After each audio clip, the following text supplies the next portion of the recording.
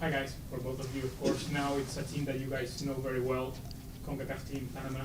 But besides what you've seen of them by playing them, did you see something against Uruguay that maybe caught your eye? Yeah, I can speak to our recent history against Panama.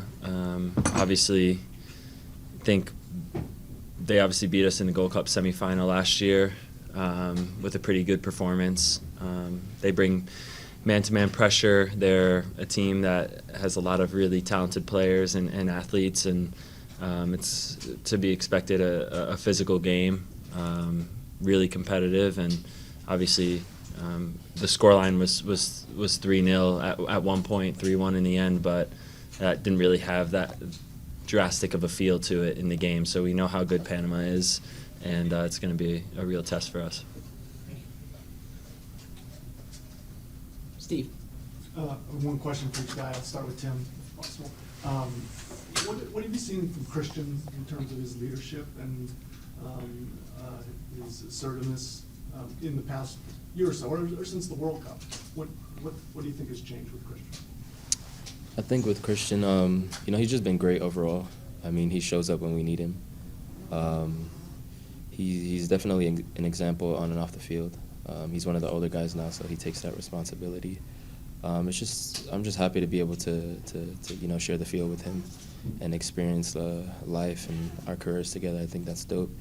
And he just, someone who's very quiet, but someone who you really respect, and he's definitely a positive leader for us. And for Matt, tell us some stories about Johnny, your set piece coach, and how the players interact with him, and what he's brought to the team over the last 6 months or so. Yeah, I think he's just got so much experience. He's won the Euros with Italy. He's been all around at some of the top clubs in Europe, and he just brings like a little bit of a relaxed nature. But when he believes, because of his experience, he has so much belief in us as players to take ownership in big moments. It's a really good feeling, and it's a reassuring feeling. So I don't have any specific stories off the top of my head, but for us, he's an important piece of what we're trying to build, and we know how important set pieces can become down the stretch, especially in these tight contests. Thanks. Paul. This one, if you could both answer, would be great.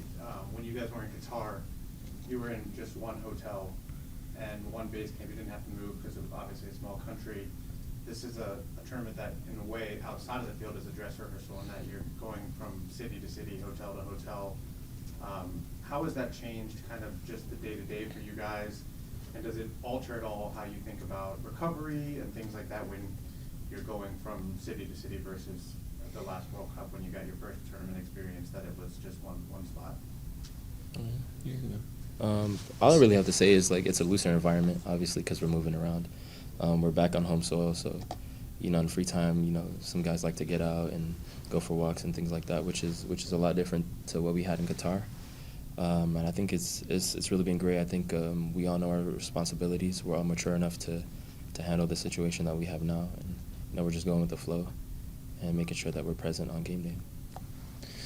Yeah, it's a definitely different environment, a lot more, and I think when you said dress rehearsal, I think, yeah, in some ways it's good to have the experiences of what it's going to be like going from city to city in a big tournament, because people reach out, they want to come see you play, they want to see you when you come to the cities, but at the same time, it's only 3 or 4 days in between games, so for some people it's great and they can compartmentalize really well, and they're going to figure out what works for them, what doesn't work for them.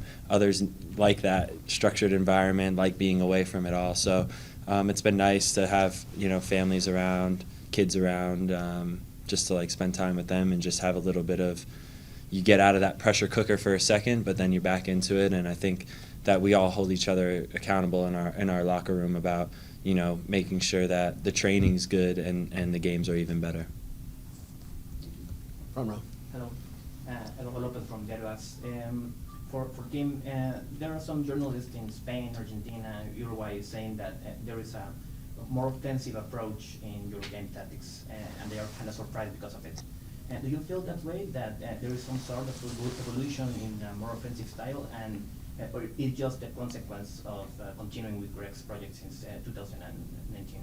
Honestly, we're honestly just sticking to the plan. We've had this game plan since day one. We stay true to it. We're intentional with the way that we play.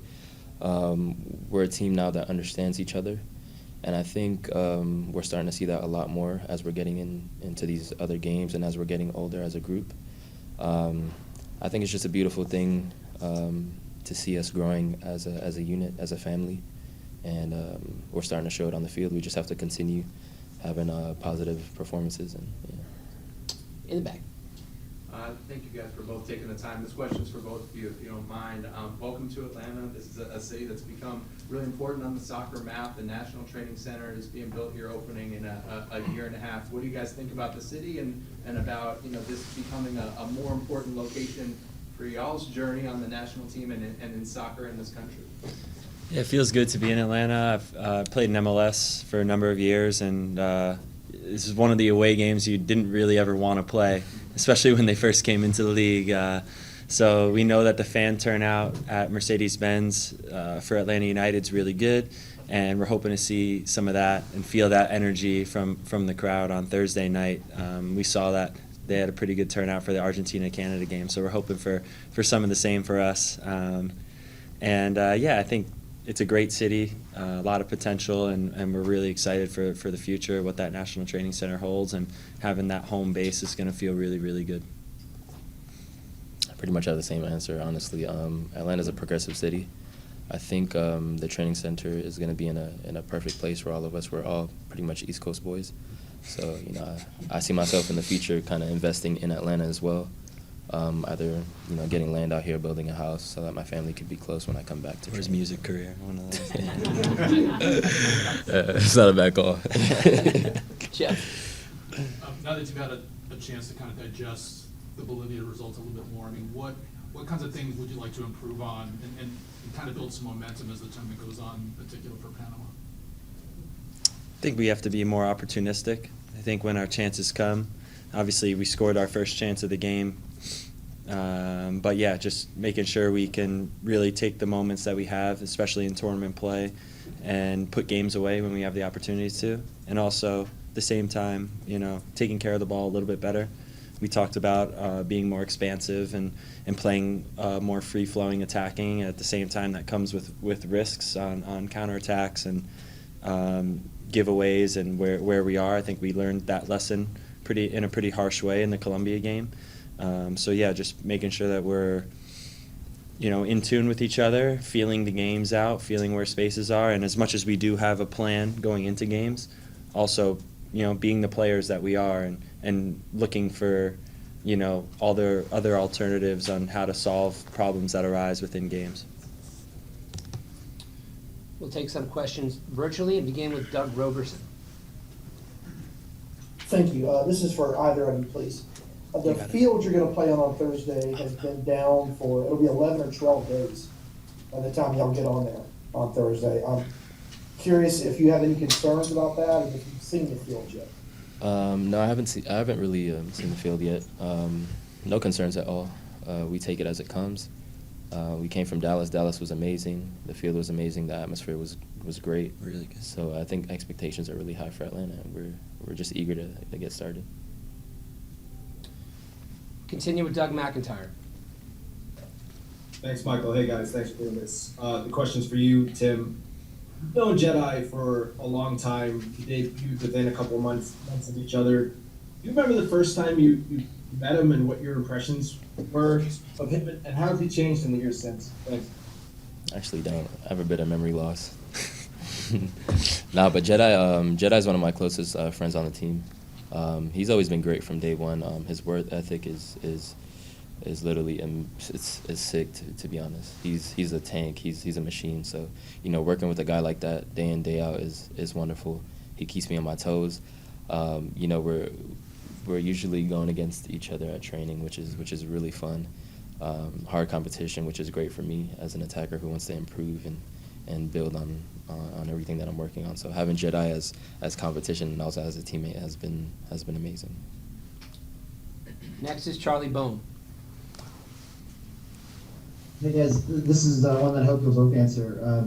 You know, I'm reading and kind of seeing the reactions to the Panama match. I wanted to ask you guys about this because I guess there's a little bit of sense that maybe you guys left goals on the table and some people feel like you could have or should have scored more. And it seems like maybe you're into champagne problems where winning isn't good enough anymore. Maybe this is a sign of the program's evolution. I wonder what you guys think of that, and if you have the luxury maybe of thinking at that level about these games. No, we'll never have that luxury. I think you take wins when you get wins, no matter the context. I think the result, especially in tournament play, is the end-all, be-all.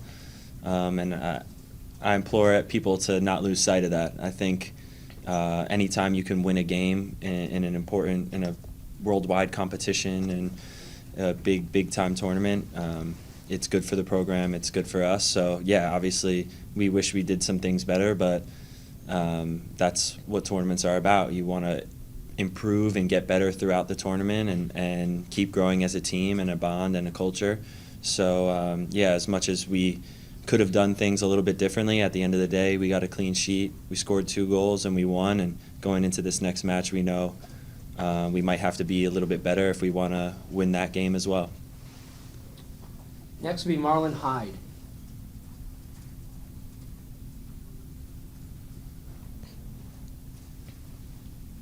Hey, good afternoon, everybody. Hope all is well. My question is, again, I'm based in Atlanta, so it's about just what are some of your thoughts going into this match in Atlanta? You know, some of the fans you mentioned already. What has been some of your interactions like with the city itself as well? And yeah, what do you look forward to most out of the next match? Got that, bro. Yeah, we've been here for probably a grand total of 24 hours so far.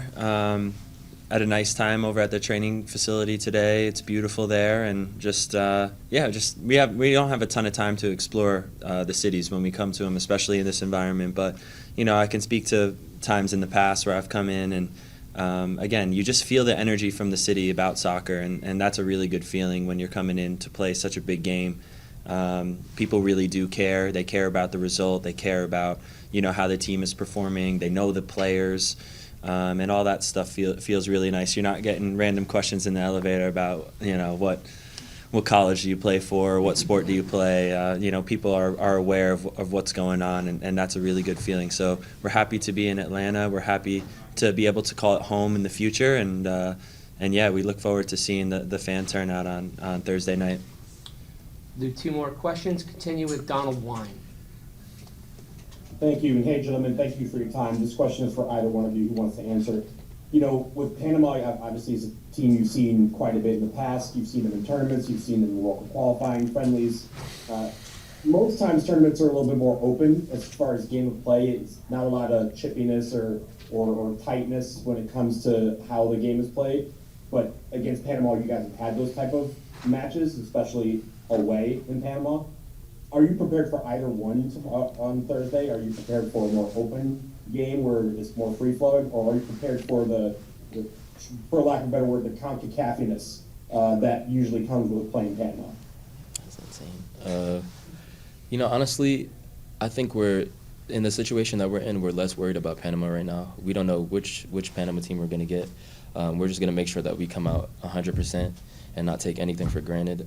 Put all our cards on the table and make sure we execute in the way that we want to execute. Obviously, we know what Panama is capable of, and we just have to make sure we're on our A game and, yeah, execute properly.